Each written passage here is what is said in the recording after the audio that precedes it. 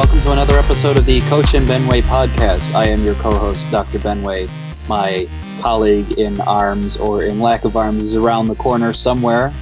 Coach Redfield. Colleagues in microphones. I think that sounds best. Because if we say colleagues in arms, we might get banned by somebody who doesn't like the word arms, or doesn't like the word guns or anything like that. Anyway, how have you been? Look, the thing that is on my mind today is something that happened last week, which was you remember that thing with the incredible fat woman who was on the cover of Cosmopolitan and pushing this whole fat acceptance thing, and I sort of like marginally paid attention to it, but Roosh V, the pickup artist agent provocateur, posted out this video of this woman. She had gotten a cake in celebration of her cover.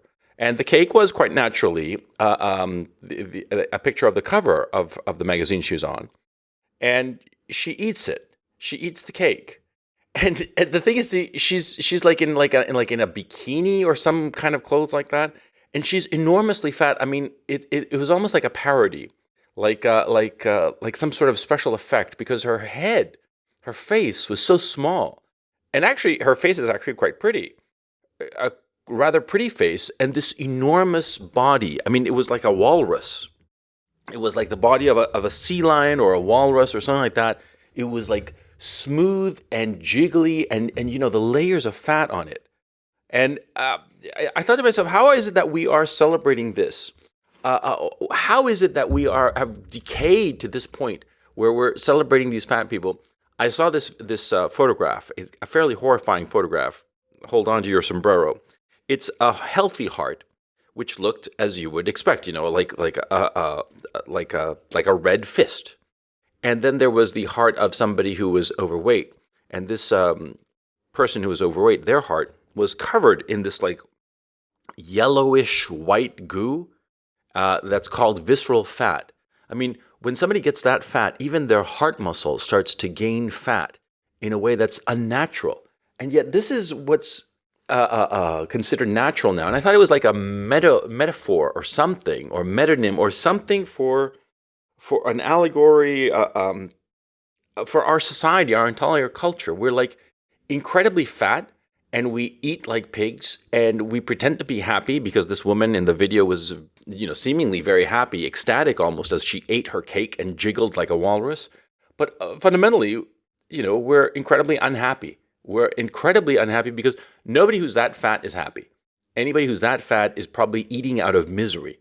That's my rant for today. I mean, does this make any sense to you? Help me here. I mean, am I drowning or? Well, here's my thought on this. It's probably not typical of what everybody would expect me to say. So one, I agree. Of course, she's unpleasant looking. It's just the nature of being that big. Of course, it's representation of some degree of degeneracy that, we're going to celebrate every last goddamn thing we can, and we'll make a moral pride out of it. Right. And all of that. But here's the other thing, consider the slate of all the shit we've got to worry about these days. Yeah.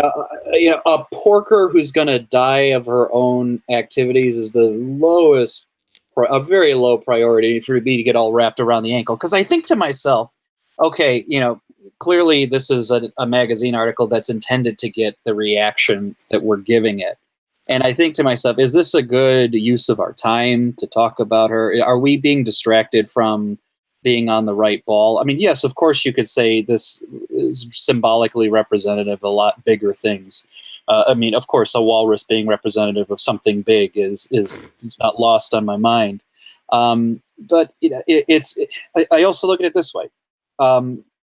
This is reminiscent a little bit of when people were freaking the fuck out about smoking in the late 90s, or throughout the 90s, I should say. It was like, all these bad things and this and that, and why are we celebrating this and everything? I didn't give a shit about it then either. I mean, I really didn't give a shit about it. In fact, I was kind of resentful of the idea that we're going to orchestrate an actual response to this. So if it bothers you, of course, it's fine. I completely agree with you. It's unpleasant. But at the same time, it's hard for me to get worked in a fuss about it, in part because I think getting worked up into a fuss about it is exactly what the whole enterprise that would publish it wants me to do. Well, shouldn't you get upset over the little things? I mean, I No. understand. Well, yeah, but sometimes getting upset about the little things will raise the awareness of it and get people off of their asses to start fixing stuff. This is the blather of left-wing activism since time immemorial. Yeah, I'm actually a secretly lefty. I'm a secret lefty. Yeah, you caught me. Shouldn't we get worried about the fact that the ozone layer might be thin in a zone of the world that I don't care about? Shouldn't I get worried that this spotted emu that doesn't ever encounter me in my life and I never encounter it? The fact that it's going extinct is terrible. We encounter these whales, these land whales, these walruses all the time, okay? Yeah, sure, the emu in like fucking the wastelands of northern Canada or some shit like that. Sure, we never encounter it. But we do encounter these tremendous land beasts that they blubber along. They Have you ever sat next to some enormously fat person on a flight? Okay. No, because I couldn't fit. Yeah, well, okay. Well, lucky you. Because it's happened to me a time or two. I'm sitting next to one of these enormously fucking fat people, and they're trying to be thin in the seat, right? They're like, you can tell that they're trying to be as thin as possible, like hunching their shoulders up together, as close together as possible to be like thin so that they're not like a bother to everybody. And on the one hand, I feel sorry for these people. On the other hand, I just want to say, honey, just lose the fucking weight. Stop fucking eating the goddamn cookies or whatever the fuck she's eating, right? Okay, but look. My thinking is that you should be worried about the little things because the little things add up to the big things. There's a saying in Spanish, at least in Chile, worry about the little money and the big money will take care of itself, which is, I think, not just about money, but about all of life. If you worry about the little things, the big things will take care of themselves, right? I think that I'll if you adopt one metaphor about what's going on, I'll adapt another. This is the equivalent of jangling a little bit of keys in front of a child or a kitten because it's easy to distract the kitten with like a noise, or the kid with a ball of yarn. That's what the little thing like this feels to me. I really don't give a shit that a fat woman is going to be in a position where she'll likely die because she's overeating or ridiculous. Certainly, if you could say, "Oh well, why should we be celebrating this, that, or the other?" My attitude is like, "Well, if I'm not interested in having sex with it, it's not really going to be anything that I'm going to be promoting, even accidentally." You know what I mean? I mean, sex always sells, and your masturbatory exercises, one way or another, dictate where the market goes in a big kind of way. So I. Like I said, I get it. I get why people think, "Oh, this is disgusting." What I don't engage in or don't really can be bothered with is the idea that, stack up all of these things that should be bothersome and then say, "Oh, you got to do something about everything or should have a response to every last thing." Because one, I don't have the time. Two, I don't have the patience. And three, I know that every little exertion on the things that would annoy me exerts moral energy, exerts any kind of just energy to deal with it. And the more bitter I become over things that I really probably don't care about, the less effort I have to focus on things that should really be bothersome to me. So I really can't be bothered by the walrus eating a cake of herself. I think it's amusing that she's eating herself. I think that's symbolic of something. But beyond that, can't really say I care. Oh man. Okay, fine, fair enough. It's for me. Fine. It was. How dare you not share my outrage? Yeah, exactly. Yeah, I'm going full SJW. I'm turning into a fucking commie for crying out loud. Yeah, that thing struck me. It also struck something else that I saw that I found. It's just deeply disturbing. There was this woman who commented on my channel, and she left like half a dozen comments on the same goddamn video, okay? And it was just like exhausting, right? So I went over to her channel, and she had like 900 subscribers, and I started looking through her channel. Now, this woman has been posting videos fairly regularly. I'll put the link down below. Her name is Jaunt. And this woman was a heroin addict for 8 years. And it's kind of shocking because her video starts a year ago when she comes off heroin, and she's like this, fairly attractive young woman, and and a junkie, and she talks like a stereotypical junkie. I mean, to the point where you think to yourself that she's faking it, that this is like some sort of performance art or something like that, because she's so stereotypically like a junkie, right? And she starts her channel on a year ago. The first video is of her being, I think, 2 days off of heroin, and then the subsequent videos of her like going to the methadone clinic for the first time, and she gets on methadone, and her whole thing. And the last video that I watched yesterday, as a matter of fact, was just 12 hours old, and she's been fairly consistent about putting up content. And the last one, right? You contrast the first one. She was 27 in the first one, and she'd been a junkie for 8 years, and she was telling some stories that were horrifying, right? Of things that had happened to her. And she was talking about how she was really, I mean, she didn't say it in these words, but she was really addicted to the excitement of being a junkie, the excitement of like, who knows what would happen, of being in the city in New York and going to score heroin, and God knows what would happen. And she narrated one particular incident where she was hanging out with some sort of like a dealer guy. It wasn't clear what he was. I actually didn't quite understand the relationship, but she was talking to him, and she was rolling her own cigarettes. So she, offered him a paper to roll a cigarette, and she looked through her purse, and apparently she didn't have any tobacco. She thought she had, but she didn't have any. And this guy, in anger and frustration at her not having tobacco that she was offering him, he kicked her in the stomach, hard, apparently, hard enough to knock her down and injure her, not severely, but enough. And she said that she started laughing, that she started laughing hysterically, she said.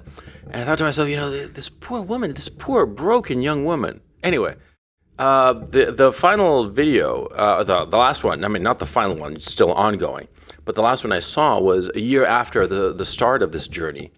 And she looked so decayed. It was like in the first video, there was still that bloom of youth. And then in the last video, she looked like a broken young woman, and she was very energetic and very this and that and the other, and talking about her, what she was doing and all the rest of it. But there was this clear element that she was, the girl was gone, and there was a slightly broken down woman in her place. And it was just, how can I put it? It moved me very much, because the girl completely insulted me in the comment section. It was about the video about how you should avoid single mothers. And she just like lambasted me. She said I was just a judgmental prick and blah, blah. And just like, and she said I was probably a lousy lay and all kinds of stuff, which I was like, how the hell would she know that just from that video? That's a pretty far out inference. But anyway, she even questioned why I was wearing a cap, and said I must be like bald as an egg and some other stuff. And for the record, I am not yet bald as an egg, but it was pretty funny, the insults. And that's why I clicked on her name to see if she had anything, because lots of times when I have like unusual comments, I'll click on the name to see what's what. And I came across this channel, and it was sort of shocking. It was like, Jesus, like a completely different reality. A reality that, I've frankly never encountered, because I've known a few people who were drug addicts, but to tell you the truth, when they became hardcore drug addicts, I cut them out of my life.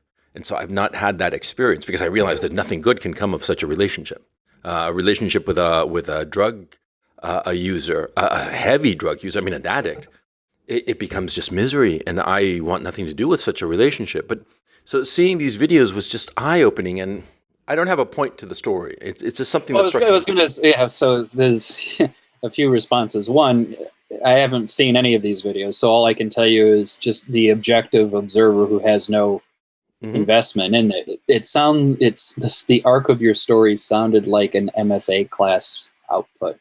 So I'm immediately like skeptical of what have you. But it's entirely possible that that's legitimately what happened. It's entirely possible that she's re-addicted herself to heroin in one way or No, the no, other. no, no. It's whatever. She hasn't re-addicted herself. I mean, sorry, I But when you say misexplained. she looked more withered, I mean, why? Because Since the start of the video start of the or channel, the start of her, yeah. Um, I think that the abuse of her body just caught up with her, even after she was off the drugs. Yeah, I don't know one way or the other. I haven't seen it. Yeah. Interacting with comments, it's an interesting situation, right? Yeah, because they're strangers. Because one, people are strangers. Two, you don't know their level of investment in you. I mean, like you said, this just based on what you described about this channel, I don't think she's the type of person who constantly says, "What I really need is advice to young men," Yeah. because that's what will get me through the day. I mean, it could be clickbaity things. Oh my God, it's talking about single mothers. I'm sure she's not a single mother. No, she's not. Yeah, exactly. Thank So God. she's going to act on behalf of everybody else, and she's going to make a comment. Everybody loves to be responded to in comments. So this whole this whole round of the podcast may very well be a very heavy-handed response to a comment, right? I mean, Yeah. remember, like they said, don't feed the trolls. Well, I guess don't feed the heroin addict unless you really want to troll her and just leave a big bag of heroin as the image of the podcast. I'd be certainly entertained by that. do a little bit of sophisticated trolling. But yeah, this is why. I mean, I will sometimes engage in comments. I will sometimes not engage in comments. I try to keep it to where I think talking to said person is interesting, and sometimes I actually will only respond to at ever like one level. Like they'll post something and I'll have a response, and judging from their response to that, I immediately know whether or not I want to continue, and invariably I don't. So they kind of reveal themselves to me at that point. So it's an interesting affair. I don't know what grand point to make about said person is. It sounds like, because this has happened as well, right? You'll see people have a passionate comment against you, and you'll feel, oh, I must respond to that. This is an affront to this, that, and the other. And then you look at the person who made said affront, and you're like, oh, it's not worth it. They're their own worst enemy. It's not really about me. That happens. And I think that could very well be a case here, just given her circumstance and what she probably focuses on. Her attacks on you probably really aren't about you at the end of the day. Oh, no. They're certainly not about me. I mean, no, it has nothing to do with me. And it has everything to do with, on the one hand, she was probably like triggered by my moral aggressiveness. Because in the culture we have today, we have this notion that, don't be judgmental, be nice, don't say that anything is bad, just say that it's problematic and, shit like that. And anybody who watches my content knows that, I'm pretty much, pretty brutal sometimes about my moral judgments. This is good, that's bad. Don't do the bad thing, do the good thing. That's basically my approach to morality, or rather to talking about morality. And so I know that she was triggered, quote unquote, by my moral forthrightness and the issue of never date a single mother. Because I said outright, don't do it. And I was very vehement about it. And she was like on and on and on about, what a horrible person was. The part that I have to admit that I found really, really funny was when she, in rather graphic terms, belittled my sexual prowess, right? I found that really goddamn funny. Yeah? Because how the hell can you tell just from a video if somebody's good at sex? You can't. Okay, I mean, unless the video is actually of the person having sex, right? But if they're just talking, no way you can tell if somebody's a good lay or not, okay? And she's going on, and like, I was like, I was amused by it. But then when I saw her actual channel and the content of it, I was just sad because, she's got nothing else to do, basically. I mean, that's why she took the time to do all these comments. That relates to my biggest point, that like most debates aren't debates; they're just tactics used against folk. Why does she attack your sexual prowess? Well, because you're a male. You talk about old style masculine approaches to things. So she just knows that if she just throws the there's an impotence factor or some level at that toward you, some lack of performance. She figures, it'll get a rise. It doesn't, because it doesn't fucking know one way or the other. She doesn't care one way or the other. The only thing she cares about is to piss you off. Yeah, and that's why I said there's no point in arguing with people. It is nothing. The people have very little interesting to say. But at the end of the day, every debate, argument, what have you, is you're not convincing the other guy. You're convincing the audience. That's what it's always about, and you have to keep that in mind. If you don't have an audience, or the audience is never going to care, then I don't see the point of having a debate, of having an argument. I mean, what's to be won is I always think of that issue. What are you trying to win here? Because there was a time that I became really fascinated by internet blood sports, but I wasn't interested in having debates on internet blood sports. I was interested in the form of how is it and why was it that some people were successful at it, and I felt that I was a failure at it. And when I finally figured out the secret of it, then it was like, no trick to it. And that was the secret, understanding fully that you're not having an argument or doing internet blood sports or a debate in order to win on an intellectual level. You're there to please the audience, not convince the audience, even please them. Because if you please them, you win them. If you make them laugh, if they think that what you're saying is funny, and they're on your side, then you win. It doesn't matter how reasonable and logically true your opponent might be. If you make your audience laugh at your opponent, you win. And when I discovered that secret, which it seems obvious, but I hadn't really thought of it. And I was sort of like fascinated by IBS for a while. But anyway, So insofar as this comment is concerned, I was not interested in having a debate with her. But I was just wondering, how can I put it? I became fascinated by her, and I think that it's. Do you ever wonder what's the circumstances of events that lead some really odd people to your, as it were, your backyard or your channel, anything? Because I'm conceiving of the sequence of events of that day. Did said person, does she walk down somewhere and says, "Oh, my crotch feels itchy," and I was just, and I just need to get home and I need to just be alone and I hate this and that and the other, and she rummages through her couch and she finds a little baggie of cocaine, or not cocaine but heroin, and says, "Low is me for the days of wine and roses that I could have enjoyed this. Should I or should I not?" And those level. I'm just making up a random story in advance of this because I love to know what the state of mind is of a person who ultimately reaches you randomly and says, "Here, let me tell you something, bucko," or whatnot. Suddenly they're Jordan Peterson. yeah, very schizophrenic commentator. What you're going to realize is she's going to pull off her mask and it's just gaunt Jordan Peterson. Yeah, I'm a little bit frightened by this commenter, to tell you the truth. Why did this? Wash your penis. This was a letter to wash your penis, don't you know? And that's not the way you want to be. Yeah. So it's the story, of the platypus who finds himself naked on a rock, and the platypus can be in both land and water, but he doesn't know it fully, and that's the conundrum of humanity, don't you know? And this is why identity politics is seriously not the right path. My favorite way of making fun of Jordan Peterson is to just have a random connection of mythical thoughts with random life shit. And you suddenly have the best Jordan Peterson parody you could ever imagine, and do it slightly as Kermit the Frog, and you've got a successful, 4chan post there. Yeah, ever so slightly Kermit the Frog. Yeah, that's the secret to a good Jordan Peterson impression. No, I lost what we were talking about.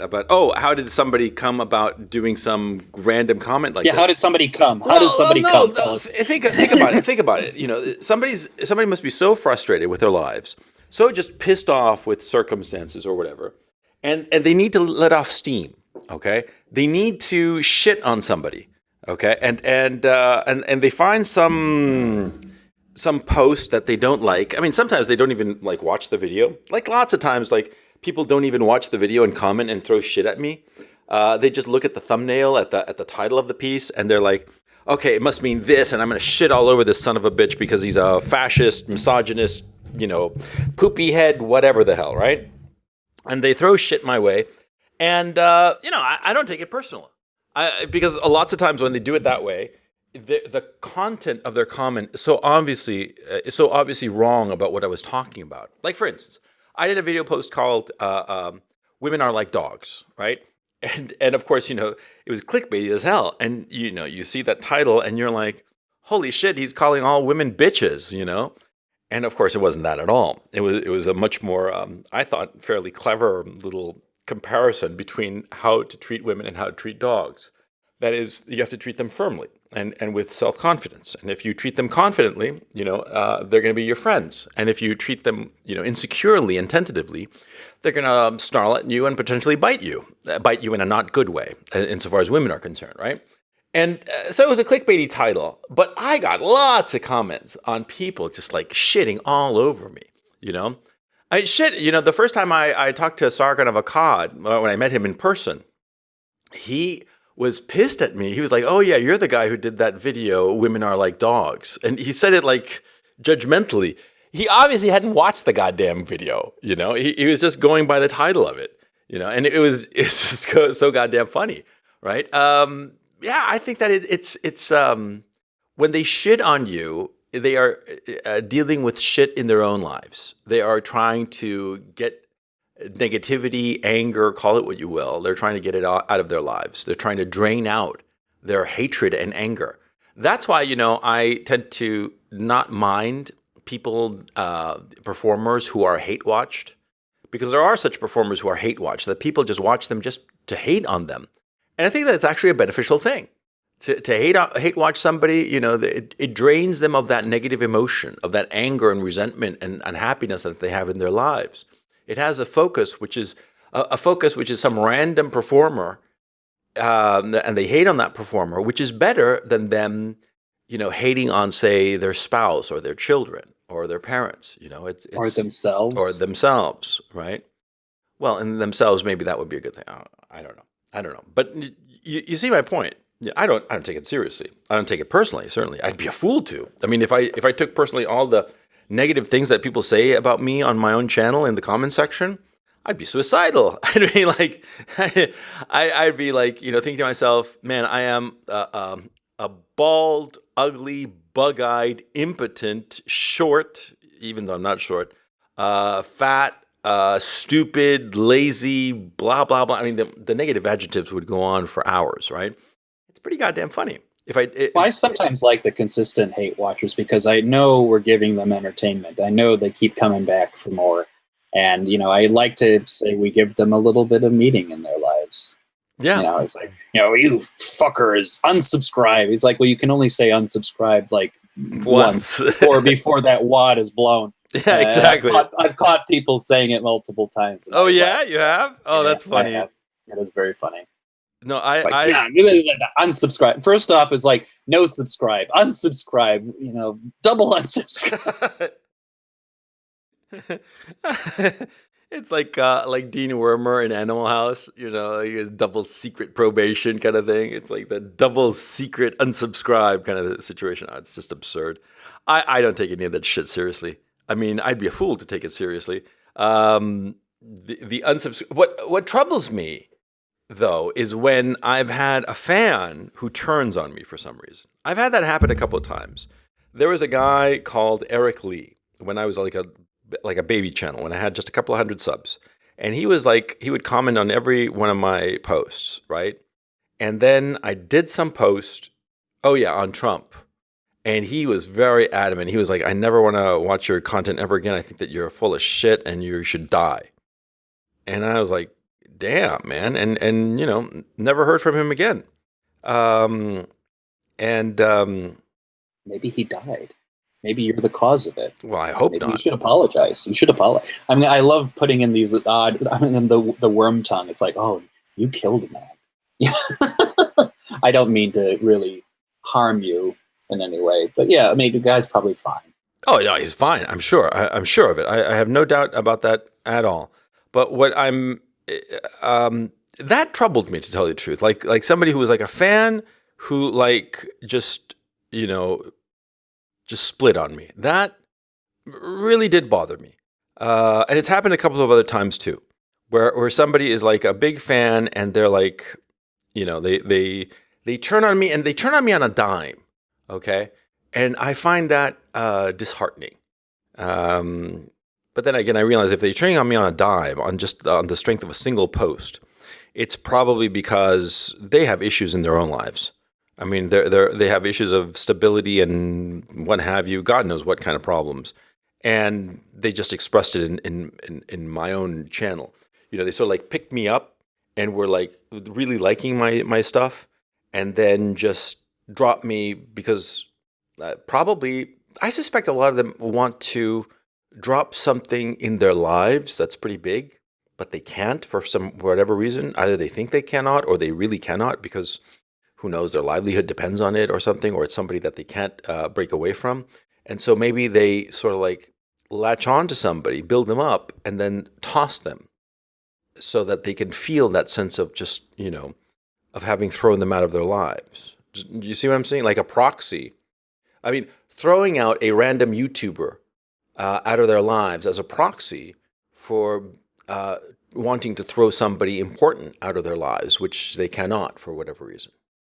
Well, I mean, just keep all things into perspective for the level of engagement here. I mean, we're talking about between like an hour or, you know, in some cases 5 to 10 minutes of someone's time a day, you know, and sometimes even less than that, you know, for other channels. It's not like, you know, they're just, you know, they're disassociating themselves from their mother or emancipating themselves from their children. You know, this is just some people they watch or they listen to. So, you know, with that in mind, I mean, it's like the level of, you know, bonding that occurs there is fairly concentrated, fairly light, right? I mean, so you can't allow. I mean, I know why you would be upset over that. Of course, any kind of criticism, you know, you to a certain degree, you'd want to take it a level of personally than perhaps it should. But, you know, at the end of the day, just remember, it's like what's easily invested in. What's easily invested in is also easily divested. Yeah, so I wouldn't. Yeah, hang on a second. I just want to be clear. I'm not. It's not something hurtful and like real emotional damage. Okay, I'm not such a fragile little buttercup. Okay, what I'm saying is though is that how can I put this? It's surprising, but I think it fulfills a psychological need. Okay, I mean, it's surprising to me, but having seen it enough times, I suspect that it's stereotypical behavior of something. Because I'm mentioning this guy Eric Lee because I remember his name. Okay, but I've had this happen, I don't know, between 6 and a dozen times, at least. Okay. And I'm sure because of the level of comments, sometimes I can't quite catch them all, you know, because there's just so many. It's just like a never-ending flood of comments. And so because of that, sometimes I can't see all the comments and I can't identify all the people, but I'm sure it's happened with other people as well, other viewers of mine who fall in love with my content and then get to a point of just like, you know, hating it and leaving some comments saying, I'm never watching you ever again, and I'm subscribing, and, you know, a pox on you and all the rest of it. And I think it has nothing to do with me. I know that. It has to do with, something going on in them. I mean, like, look at it in these terms. How many times have you been like a fan of some channel and they put out a video that you don't agree with? And it's qualitatively, it's as good as any of the other videos, but you just don't agree with that one. You don't have a fit. You don't like, you know, self-consciously, you know, banish him from your YouTube feed. You're like, oh, he did a video I don't particularly care for. Big deal. Maybe the next one I'll like.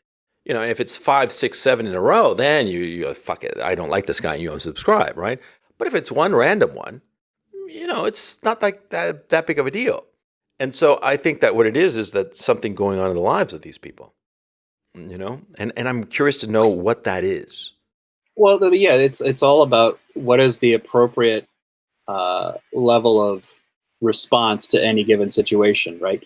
You know, like I said, given how much investment you're really putting into YouTube, does you know escalating from 1 to level 95 being like the fight you'd have with your wife before you walk out and go to a titty bar.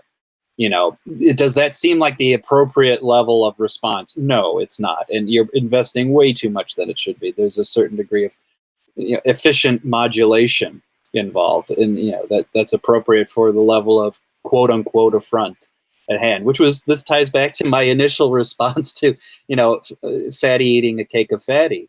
I'm like, the level of investment she has in my life is fairly small. My response is thus likewise fairly small.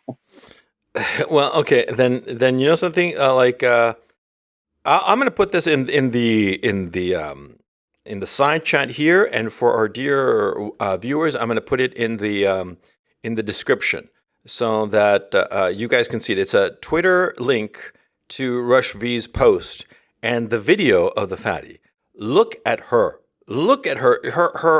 It's horrifying. And the worst part is that she's got a tattoo of Marilyn Monroe all over one arm. And by the way, when did the memo arrive saying that it was a cool thing to get like full sleeve tattoos, like Yakuza or something like that? I mean, I missed that memo. What the fuck? So two things in this video that are immediately entertaining to me. I'll start with the minor one. Mm-hmm. You had mentioned the Marilyn Monroe tattoo. The look on Marilyn's face and her is like, "Oh, why am I on this? Why are you eating the cake? Why am I on this arm?" But that's not even the funniest part. The funniest part is where she's eating the cake directly in the pussy of herself. You know what I mean? So she's going from the center out. It's the exact opposite of what you do with a Tootsie Roll pop. It's like, how many licks does it take to get to the center? Well, I never made it without biting. That's that. Yeah, she's just like, I got to go right and eat my pussy.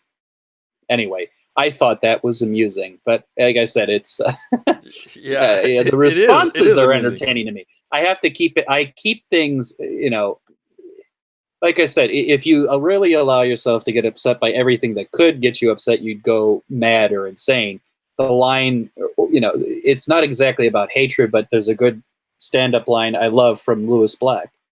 This was several years ago, a long time ago, but he was like, there are certain thoughts where if you let them enter your head and you start trying to process what someone meant, you will die. They will find you dead in your bathtub. And the line he gave of something he overheard while at like a diner was, "If it wasn't for that horse, I would have never gone to college." And he says like he nearly died trying to figure out what the fuck situation was that reference, and everything. And it's like, it doesn't matter. Don't kill yourself. Don't let them find you dead in your bathtub because of that. No, I know what you mean, but it's like, I don't know. Yes, and the face of poor Marilyn Monroe. Jesus, did you know that Joe DiMaggio, who divorced Marilyn Monroe, and she went off and married Arthur Miller, after their divorce, he sent fresh flowers to her gravestone, to her gravesite every day until he died? Mm-hmm. I don't quite understand that. I don't quite... Well, it's easy to understand. He had the money to do it, number one, and number two, he liked her. Everybody fucking liked her. I mean, also everybody divorced her at the same time. There's just certain women who certain kinds of men just can't get enough of, or they like under certain conditions. And Marilyn probably was that. I mean, and the other fucking thing is, it's funny how this is the other thing that the lady in question with the Marilyn tattoo. Everybody keeps forgetting how ultimately sad and despondent and unhappy she was at the end. I mean, in my mind, there's no real conspiracy to that this woman was murdered by the Kennedys with a lethal enema or whatever the theory is. No. Someone gave a really sharp observation on why he said, "Look, I'm pretty much convinced this was suicide. Look at the room she died in. Look at the walls. Do you see any photographs of her? Do you see any decorations? No, it's a bare gray wall. This is a psychological map of where she was." And that, if Marilyn's going to be the tattoo on her arm, odds are, and people who really like women, and think in particular who like Marilyn, probably are going to find themselves in that weirdly same headspace. You know what I'm saying? Yeah. There's just something. I mean, because of course, Marilyn's very pleasant looking. She starred in a lot of interesting movies, but she was a basket case. Oh, complete basket in a lot of case. ways. Yeah. And people, I think that's part of the allure that they like about her. I mean, you only have to read some of the crazier love pieces about her by like Norman Mailer's book on Marilyn Monroe, which I own, by the way.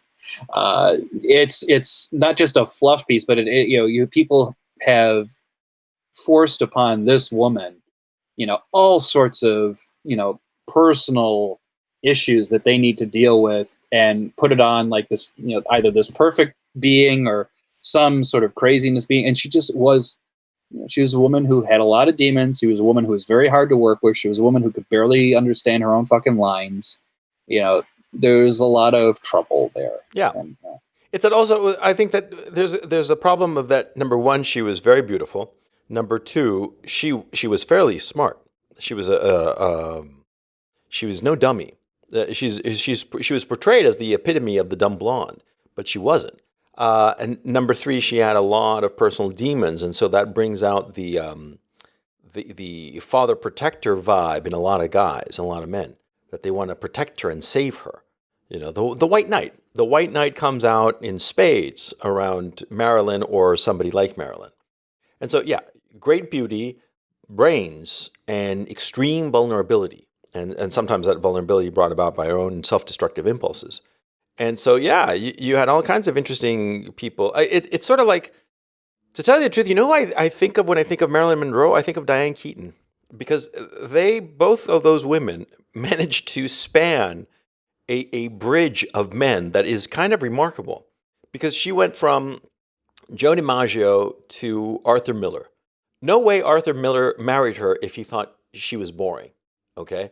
So it's kind of interesting that she bridged that gap, just as Diane Keaton bridged the gap between Warren Beatty, Al Pacino, let's not blow too much smoke up Arthur Miller's ass. I mean, he can just as easily think with his penis as anyone else. Well, no, I'm not saying that the guy only saw her, but you don't marry somebody if you're bored with them.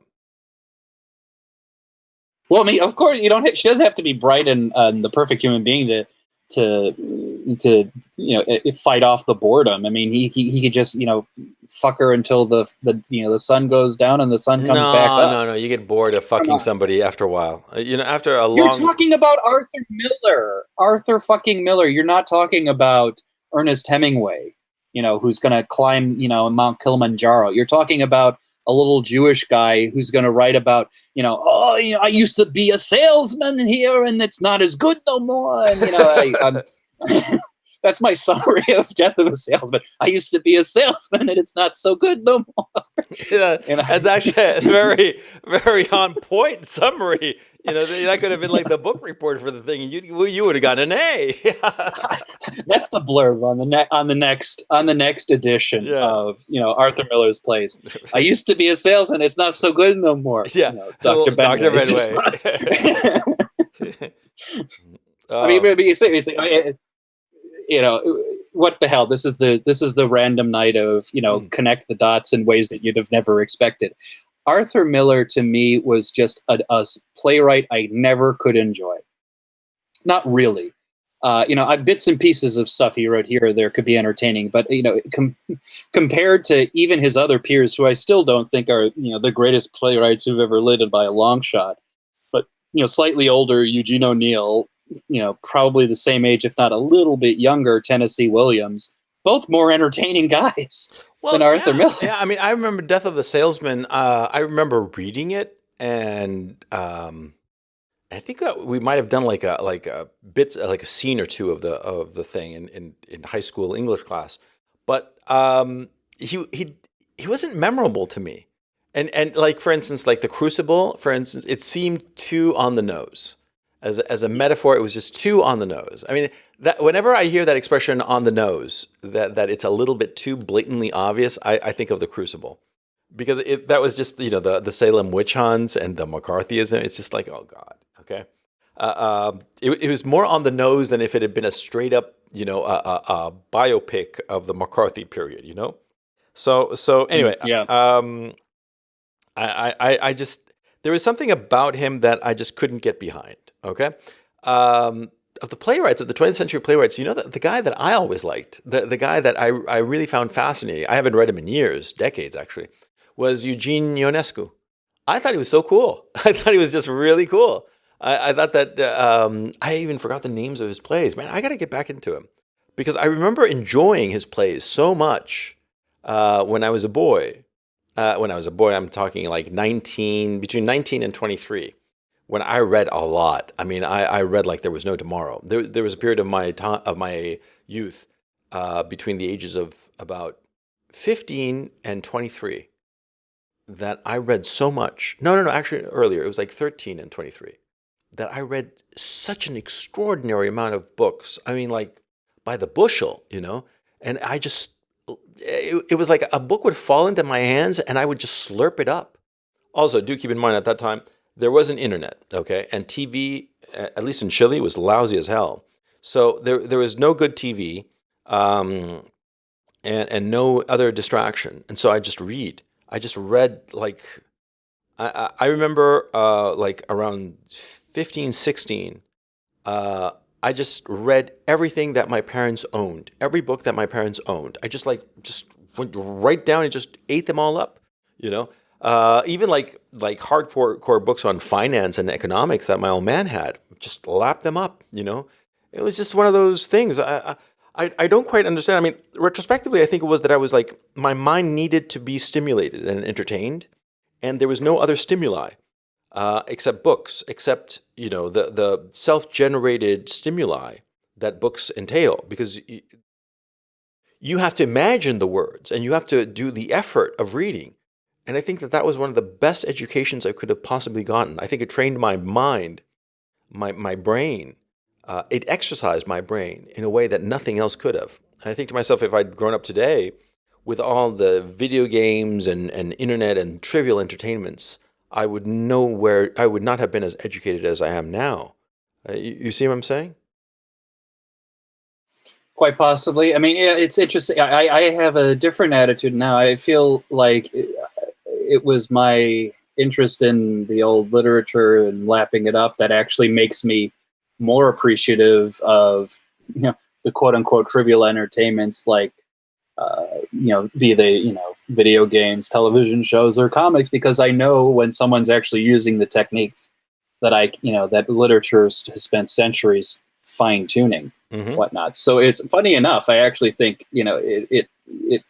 having those skill sets, one, yes, are important. I've started with them than lighter fare like even something as banal as Harry Potter, or just flat out comics or what have you. But going backwards, and now I feel like recently I've actually think to myself that I should probably have given some of these older comics their fair shake.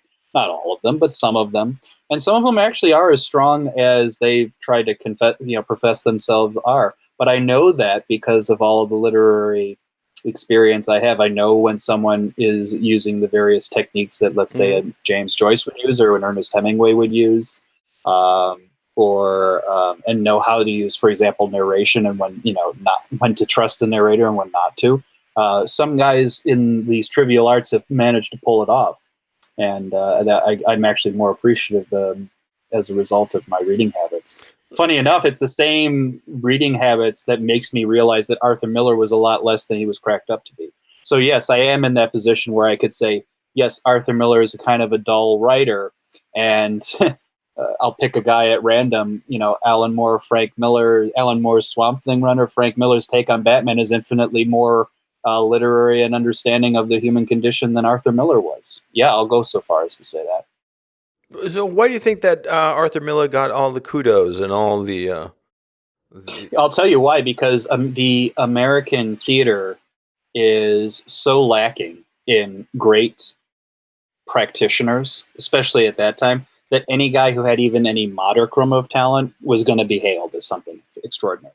Because remember, we have like we're very good on the big spectacles, the music, the song and dance and whatnot. But when it comes to like really serious drama, we've never had one who ranked like, well, Shakespeare is a hard example because he's just so above and beyond everybody else. But even like, we don't have like an equivalent to like Harold Pinter or even George Bernard Shaw or even Oscar Wilde's Importance of Being Earnest. We've never been a very good theater country. So the competition is ever so slight. Well, what do you think of Eugene O'Neill? I have not read enough of O'Neill to give I haven't read anything of O'Neill to be able to give a competent opinion. It's been such a long time. I enjoyed it well enough, but I do think at the end of the day, from what I remembered, it was very, very dry and, not as it's not an exercise in literary craftsmanship, how. And again, this is almost going all the way back to the Shakespearean tradition. With Shakespeare, you will notice when someone's playing with language in a very exciting way, of which his progeny filter all the way down through the likes of Tom Stoppard, Harold Pinter in the England zone, and in America it would be David Mamet, who may be my favorite American playwright, but that's neither here nor there. But then there's the other guys, of which I think Eugene was, where it's like, oh, it's either the drama or the opinion man. And the opinion man actually is more like Arthur Miller. It's like in Britain they would have been called the angry young men, although Arthur Miller never comes across as a young man. But the idea even when he was young, he came across as old. Exactly, like Clifford Odets or Arthur Miller. It's like all this theater of and for the common man. Yes, so those of you who are Coen Brothers fans, Barton Fink is more or less based on a left-wing playwright called Clifford Odets, who was these playwrights who were very big on trying to foster some sort of socialist consciousness amongst the American people, and little did they realize that they actually have zero understanding of the typical American common man or what's of interest to him, and that's part of the joke and humor of Barton Fink. But that's kind of like the schlock we're kind of getting with in the American theater. Unfortunately, we seem to do better in, like I said, spectacle broad comedies or musical theater. We don't really do too good on the pure drama or like I said, more literary side of things. I think that what happened was that the good writers went to Hollywood. Why bother in New York theater when you can go out to Hollywood and make it big there?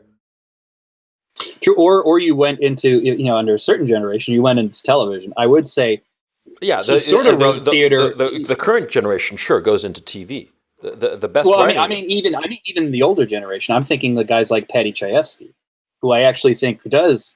I don't consider him a playwright per se, but I do think he's one of the great American writers. And he started out in those early television era, where like the young John Frankenheimer or Sidney Lumet to some extent, but more like guys like John Frankenheimer, where like it was almost like live TV production. We don't know what the fuck we're doing. It's like, okay, we're just going to film this random shit on television, and you're going to go here and we're coming right quickly. God damn it! And that kind of experimental attitude, still higher production values than YouTube and the DIY aesthetic, but not terribly far away from it either. Hey, a little bit of respect to my DIY aesthetic. No, but you say from as you say that a third hovering camera appears from behind, exactly, going out to the vistas of the Kharkov moors. Yeah, exactly. Yeah, it's so goddamn flat. It'd be funny if there were moors here. Anyway, no, my thinking. One of the things that look, I've always been a professional writer. That's my trade. That's how I started off. And I started writing professionally from the very beginning. I never wrote stories for fun. As I've said in other podcasts, the first stories I wrote for money because I was grounded, because my parents had caught me with some pot. And the pot that wasn't even mine, ironically enough, it really was that I was holding it for a friend. Anyway, they stripped me of my allowance, and I was a heavy cigarette smoker at the time. And so in order to pay for my cigarette habit, I started writing short stories for this advanced English class that we had, where we had to deliver a short story every week or two. I forget how often it was, but it was fairly regularly. And I started selling stories for a carton, or the money equivalent of a carton of cigarettes per short story. And that's how I got my start as a writer. And it was always professional. I never wrote stories just for the thrill of it. I never found it thrilling because I thought it was work. I thought it was something that, I got to get done, and I'll get it done, and I'll get my cigarettes, I'll get my money. And I always looked at it as a profession, and I've noticed that all of the really good writers, look at it as a profession, as a job. They never wait around for inspiration. They're like, okay, I'm going to pound out X number of words today. Whether I'm drunk or hungover or stone cold sober, I'm going to do it. And they do it. And that's the difference between a professional writer and an amateur. And so a professional writer will always go where the money's at. And yeah, in the 20th century, where was the money? It was in Hollywood. So of course, they would abandon playwriting and go to Hollywood. Also, there's the obvious issue. See, you're a successful playwright, right? So at best, you're going to have, I mean, if you're really, really successful, they're going to put up one play a year. Okay. And you'll get one payday from that one play per year. And that's assuming it's a hit. But if you're a screenwriter, in a year's time, hell, you could do easily work on 6 scripts at different capacities, everything from writing it whole to doing touch-ups. And you get paid for every one of those gigs, regardless of whether the picture is a successful picture or not. And so it's just better to work in Hollywood, in film. I mean, financially, it was a better decision. So I think that, to tell you the truth, the ones who stayed in New York were the ones who couldn't cut it in Hollywood or were afraid, because it was a difficult business. Well, a lot of not even just the playwrights, it was the literary guys. All of them kind of flocked to Hollywood. Faulkner, Yeah, Hemingway, Chandler, yeah, Paddy Chayefsky's one foot in, one foot out. But yeah, he was there. You could go through the list. Most of the Gore Vidal wrote screenplays. Actually, Gore Vidal wrote, or at least partially wrote, Ben-Hur, the great 1959 version. I didn't know that. Yeah, so you know what he contributed? What? The scene early on where Charlton Heston and Stephen Boyd are fighting over, you're a Roman and I'm a Jew, kind of thing. And basically, Gore Vidal's idea that perked William Wyler's ear up, because he was trying to figure out how to have this conflict scene before all the shit hits the fan. He's like, I don't know how to do it to make it compelling. And Gore's response was, you have to make it like a lover's quarrel. He pricked his ears up. He says, what? Yes. Oh, yes, it's jealousy. Lover's quarrel. And so Gore wrote that scene, and that's why that scene is successful. I'm sort of like not surprised. But yeah, anyway, that proves my point. All the successful writers went to Hollywood and made some bank there. You also see, like, how can I put it? The fact that F. Scott Fitzgerald failed in Hollywood, to me, has always been indicative of him. That he was, how could I put this? He might have been a great artist, but he was not, and he might have earned a great deal of money as a short story writer. But if he failed, well, no, I was going to say that if he failed as a screenwriter, it's that maybe he wasn't like really cut out like a real professional writer. But then again, I'd forgotten actually that he had been a drunk by that time. He was just a lush. And probably all the alcohol had just, And being married to Zelda doesn't help the matter. Exactly. I'm sorry. There is a really fucking example of marrying the wrong fucking woman, marrying a damaged woman. Good God. Yeah. How the hell did you not see that coming? Anyway, yeah. So no, I have to give F. Scott Fitzgerald a pass, because thinking about it, yeah, a Princeton guy, yeah, his eye was on the ball, at least when as a young man. And yeah, he would have been able to trim his sails in Hollywood. The fact that he failed so miserably, that's just tragic. That's just reading at his life, you can be disappointed with it. But I've always had the attitude with some of these authors that 99% of what they do could be a fuck up, but if he pulled off The Great Gatsby compared to everything else, fine. He's preserved his place. That's all that fucking matters at the end of the day. You only need one. Yeah. It's really funny. F. Scott Fitzgerald's last gig in Hollywood was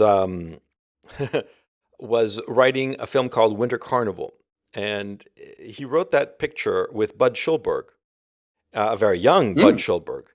And I know Bud, yeah. Yeah, and it was about the Winter Carnival at Dartmouth College, my alma mater, and Bud Schulberg went to Dartmouth College, and the thing is, see, Schulberg would say later that they were drunk most of the time, and he recounted which what do you call it, frat houses they stayed at, just getting drunk just every night, and they were there to research the movie and write the script, and it was a complete disaster.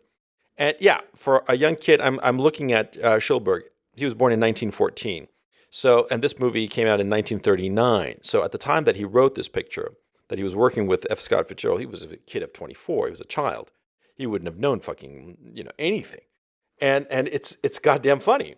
For those of you who don't know, Bud Schulberg was the guy who wrote What Makes Sammy Run, which is a very interesting book. But go ahead.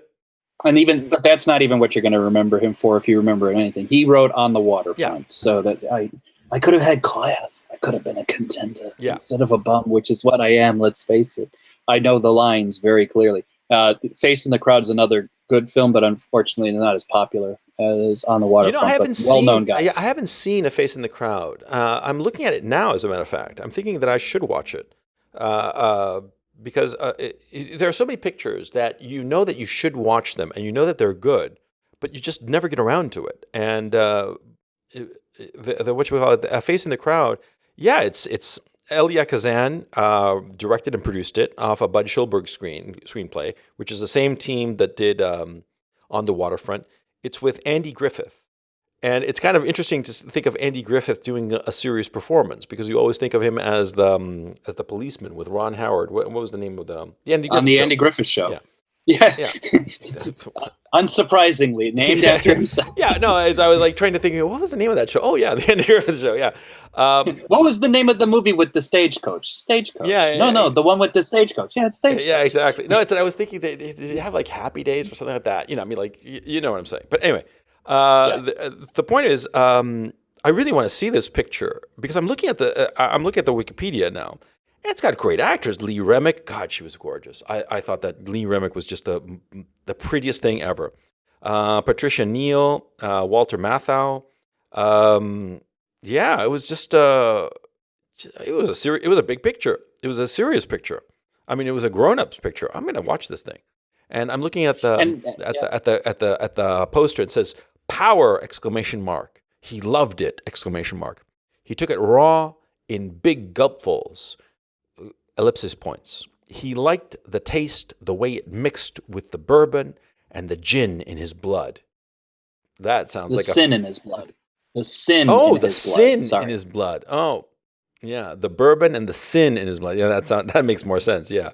That's a pretty powerful poster, man. I mean, I'll watch that fucking thing. Yeah. But anyway, I cut you off. What were you saying? I'm sorry. What I was saying, and to bring this full circle a while back, Elia Kazan, one of his last movies was the film version of The Last Tycoon, which was really F. Scott Fitzgerald's last book, incompleted book. But Elia Kazan did it, the film version of that with Robert De Niro. I don't know if Bud wrote that or not, but yeah, they all were tied in together. It's all full circle. That's what I gotta say. And I don't know. This.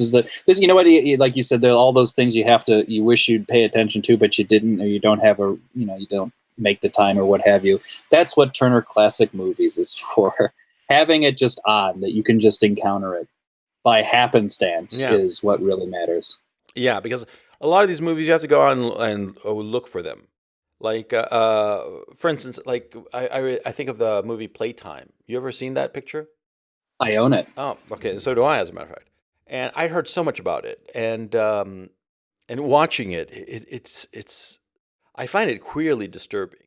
I also cannot believe that anybody in their right mind thought that this was going to be a commercial success. I mean, it's a really interesting picture, but it's a weird damn picture. It's not for the masses. It's for it's for people who are really thinking about shit and people who have a roving eye and who pay attention to moving images. It's not a simple picture. And so for those of you who don't know, it's a French film by a French and Russian actor and director named Jacques Tati. Jacques Tati was a very famous comedian in France, sort of like in the generations that come after Charlie Chaplin. That level of iconography. His character. He had a character that like the tramp that everybody knows, Monsieur Hulot, who is a guy who your character is a success is when you can identify them in silhouette. Yeah, and Monsieur Hulot is very much like that. And around the time of 2001: A Space Odyssey, it was either 67 or 68 when Playtime came out, and Playtime was Jacques Tati's like almost like 2001, as an observation of all these little details of living in the modern city, but from the perspective of someone who is distinctly not modern. He's fascinated by it, but he also, without words, there's next to no dialogue in the film, portrays this sort of weird mechanical inhumanity of it all. In a fascinating and interesting and kind of like childlike, whimsy kind of way, but still, there's a little bite to it. It's not something, at least for American audiences, you're going to get out and say, "Oh, that's going to knock Avengers 2 off the pedestal." You know what I mean? It's a very, you got to be in the mental zone to kind of appreciate it. Yeah, because it was really weird because Monsieur Hulot was, like you said, a iconographic character in France, um, and he was like he was basically like the French version of Charlie Chaplin and of the Little Tramp, and but he was like the middle aged kind of middle tramp, sort of like confused by it all and amusingly confused by it all. But Playtime is just a weird picture, and it's beautifully shot. Uh, um, it's and by the way, I am convinced that when Janusz Kaminski was thinking of the lighting for Catch Me If You Can, he was thinking of Playtime. He must have looked at that picture a lot because a lot of Catch Me If You Can feels like Playtime. You know what I mean? Because Janusz Kaminski Well, is too so young to have lived in the '60s, and in no way would have he, grown up with the equipment that was used during the '60s. I mean, Janusz Kaminski, he was what, born in like the '50s or something like that, like mid '50s. So he would not have had the apprenticeship during the '60s. It would have been more the '70s and '80s, and so. It's interesting you went to Catch Me If You Can, because I would have said The Terminal is very much a Jacques Tati type of film. Yeah. Well, no, I was thinking of Is the it- look of it- the look of it. Well, but both of them, though, I think both are very clearly influenced by it. But the thing with Janusz Kaminski, why not a surprise to me that he would know it, is Janusz Kaminski is a Polish educated film Yeah. Yeah. cinematography. I believe he went to the Polish film school. Could be wrong. He said he went to the AFI in Columbia, so he would have at least known about it through them. No doubt that AFI and Columbia would have talked about Jacques Oh, yeah, Tati, they would have screened the particularly picture. Yeah, Playtime. sure. But if he also, in Poland, that's the kind of, especially Playtime, that's the kind of shit that the communists would not have much of a bother with. Going into the into the communist market, because it doesn't say anything subversive, and if it criticizes anything, it doesn't criticize our wonderful socialist paradise. So I wouldn't be surprised if he got it at a young age. Yeah, yeah. You mentioning the Terminal, that's Spielberg's second comedy, equally as unsuccessful as 1941. What is up with Spielberg and comedies and his inability to make good comedies? What's that all about? I mean, he can make jokes, and all of his films have amusing moments. Some of them really funny. But why can't he do a comedy? A flat out, comedy? Because Terminal was a fucking disaster. It was just so expensively produced, such a big production, and such a disaster. And ditto with 1941. It was just so much, and it was just not funny. How did that happen? I mean, it's a genuine question because I'm wondering about that. So I honestly didn't think the film was that much of a problem. I mean, it's not a really laugh riotous comedy. It was kind of just like a satisfactory movie to me. Nothing particularly challenging or irksome about it by any stretch of the term. So I guess that makes it forgettable by and large. I just like I was bemused by the idea of a Slavic man stuck in an airport for political and bureaucratic reasons, just wandering about. But that could just be me. Yeah, I don't know. I mean, I think I take your point that yes, Steven Spielberg never really. And I'm looking back to see if there was any kind of solidly comedic film. There's never really a solidly comedic film outside, to your point, 1941, and I guess Terminal. Even Terminal feels more like a sentimental comedy. You know what I mean? Yeah, yeah. I think it was. Also, what happens is that, see, in the comedy, right, the Stanley Tucci character is sort of like, you know, his cruelty seems unmotivated. You know, he's just a meanness to him that is unmotivated, and therefore it just, because comedy is funny when the motivations are very clear and quite obvious, and the logger jam is just, is just the reason that there is the tension, okay, the impasse, is both sides or all sides have very clear and compelling reasons for something. But the maliciousness of the Stanley Tucci character, who is the one who basically has him jailed in the terminal, yeah, it didn't seem motivated. And also, thematically, the picture didn't run with a very interesting concept of a man being stuck in a transit point. It didn't seem to do enough of it. Well, what am I asking for? Spielberg is not an intellectual guy. I mean, he's if you're looking for deep thinking, Spielberg is not the man to look up. So yeah, I mean, as I'm saying my critique, I'm realizing it's a pointless critique because I'm asking, water from a stone. You can't get any kind of intellectual profundity from what you call it, Steven Spielberg. Yeah. Mm-hmm. Well, It's interesting. So even in his, I think the movie that would come closest to people saying, "Oh, there's an intellectual response to it," would probably be along the lines of Minority Report. But I would say that's Steven Spielberg just accidentally happened to steward that, and probably AI is another example. But again, I just don't consider either of those fully Steven Spielberg stories. Right? They both were largely birthed through someone else, and he took over, either Stanley Kubrick in the case of AI, or the pretty kind of strict-ish sort of reading of Minority Report from Philip K. Dick. Yeah, I always thought of the Minority Report. I wish I could have rewritten that picture, because it's only the last quarter that you have to fix. It's so easy. It's such an easy fix. Okay, he has to get to the hotel room of the guy, I forget the name of the character, right? Anderton has to get to that room, 15 minutes before the deadline, and find the guy. And the guy is just some ordinary businessman, okay? And he has to do what a policeman does, which is interrogate a suspect, okay? And what it should have been is, because instead of like, he finds all these pictures of child abuse, and he shoots the guy, and he gets arrested, and then his mind gets zapped, and he's put in the prison, and then his wife out of nowhere becomes this badass, which is just absurd, right?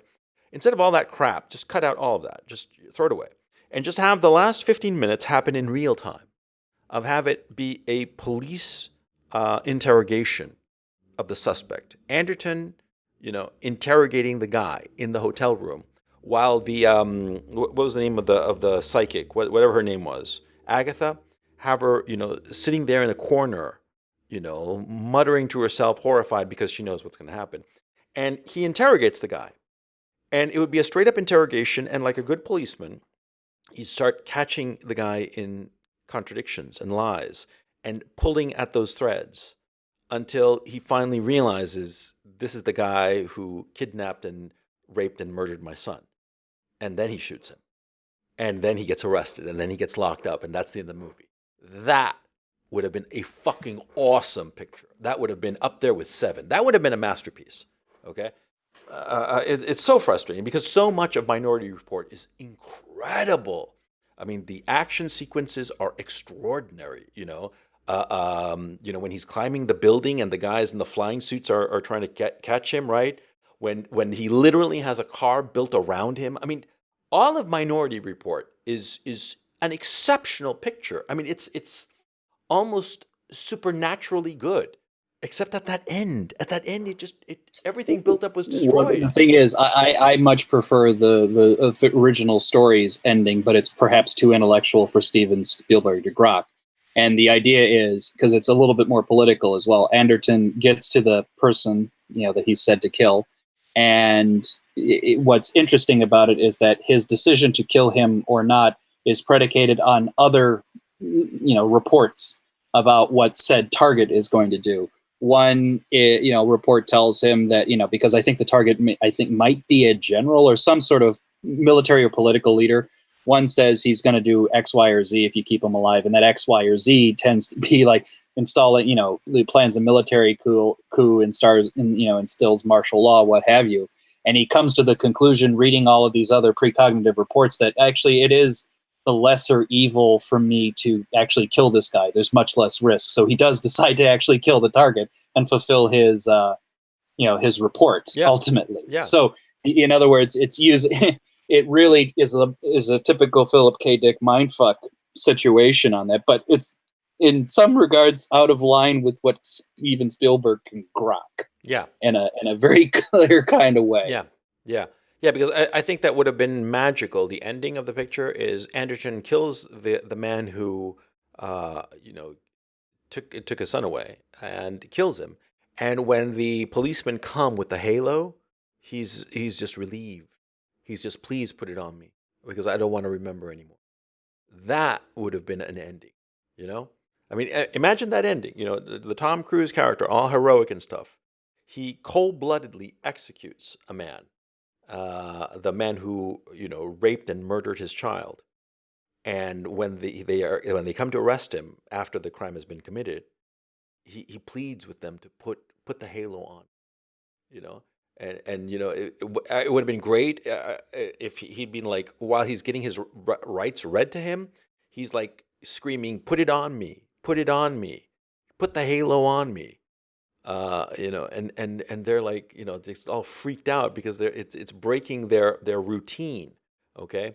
And when they finally put it on him just before, he's like, "Thank you," or something like that, of just like, I will forget everything. I will know nothing. I will be in a deep freeze forever. That would have been so. And then they added epilogue detail. They added an extra level of punishment with him by they enforce him to watch in a constant loop a video of the fat model eating her pussy cake again and again, in time in memoriam. And with that note, the episode has come full circle, and our Minority Report has been completed. Yes, that has been the Minority Report for this episode. So I want to thank you all for having listened to this rather rambling and all over the place podcast. But this is sort of like a deliberate experiment that we decided to do to see if just some random off the cuff just stream of consciousness podcast would be interesting. I hope it's been interesting to you. If you've listened to it so far, you've either really enjoyed it or you're just hate listening to us. If you're really enjoying it, thank you so much. I'm very glad that you enjoyed it. If you're hate listening to us, there's so much better things to do, for crying out loud. Go out, get some air, get some sunshine, at least get a drink, So, with that said, I will, as always, leave the final word to the good doctor. The good doctor has to say to us is... I don't know. Of all the times I've come to this bat, having something clever to say, one day I'm probably just going to go to bed right on top of the microphone. And today is that day. Okay, so on that cheerful note, thank you very much for listening, and we will catch you next time.